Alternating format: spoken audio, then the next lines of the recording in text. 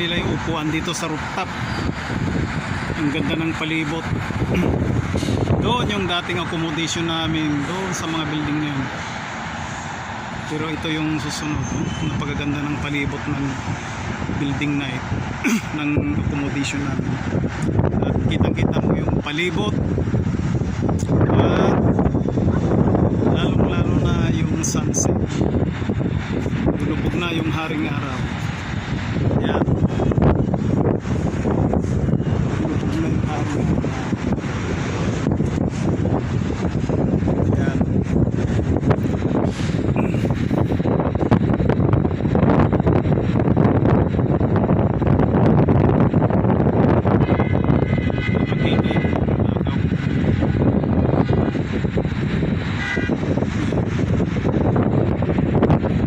Sunset, padilim na.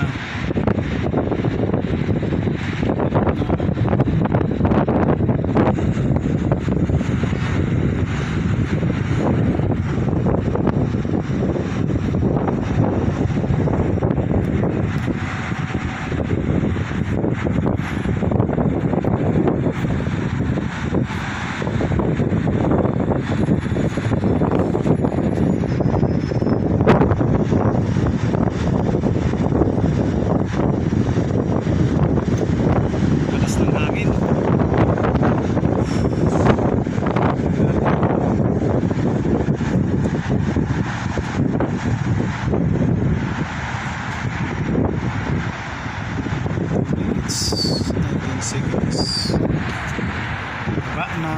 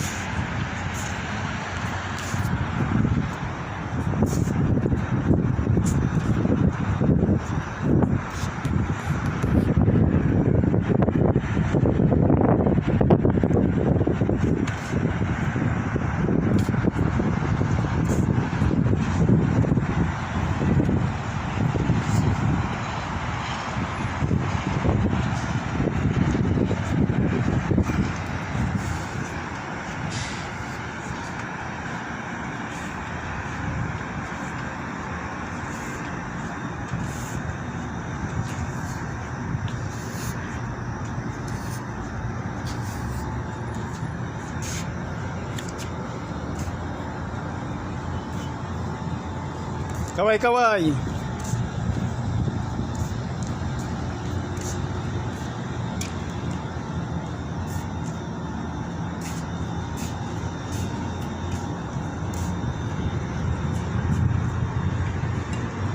Uy, madilim na. Hindi nila sinindahan yung ilaw dito.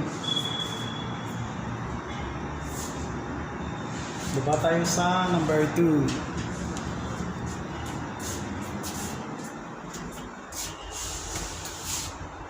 Galing tayo ng 4th floor. So balik tayo ng 2nd floor. Nasa 2nd floor yung accommodation natin.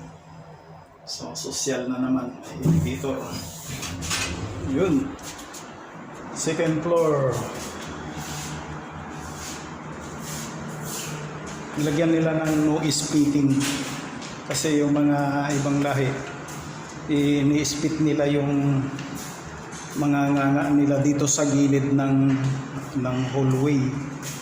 So yan. So pupunta din natin yung kusina. Oh, Francis. How are you? Fine, baka ka. Mabuting. Oh, mabuting.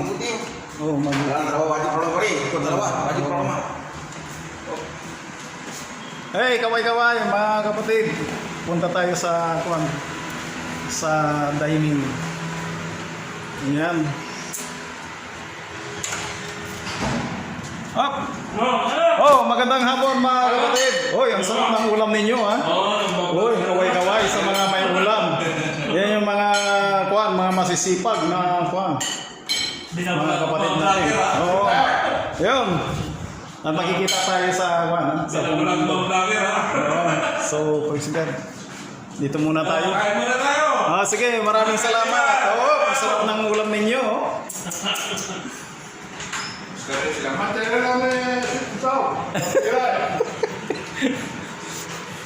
Shoutout sa mga hindi pa sumusweldo. Hoy, malapit na. Malapit na pizza 20. Baka sakali. Siyala. Yun. Ganun yan. Kahit na hindi sumusweldo, kumakain pa rin. Yan.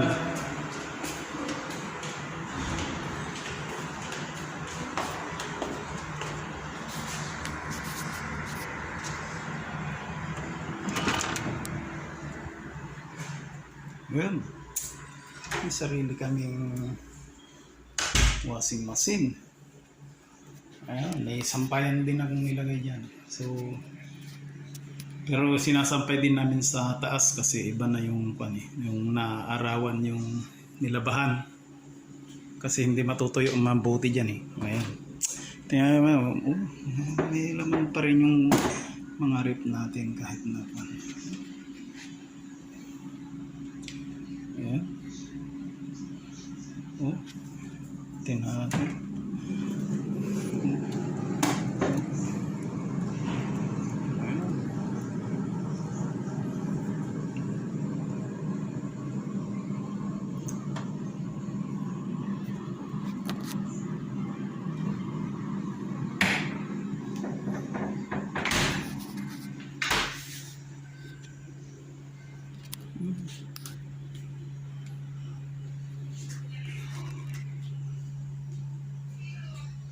Balik sa kwarto.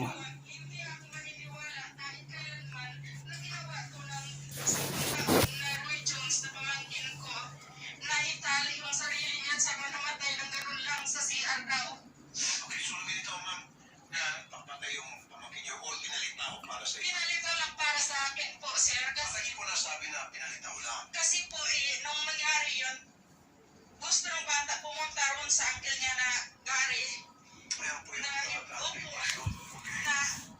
yung kasal sa Matupit sa 24 ng September na nakikiusap sa magulang na gusto pumunta ron na Ito yung kalsada. na hindi daw pwede na pumunta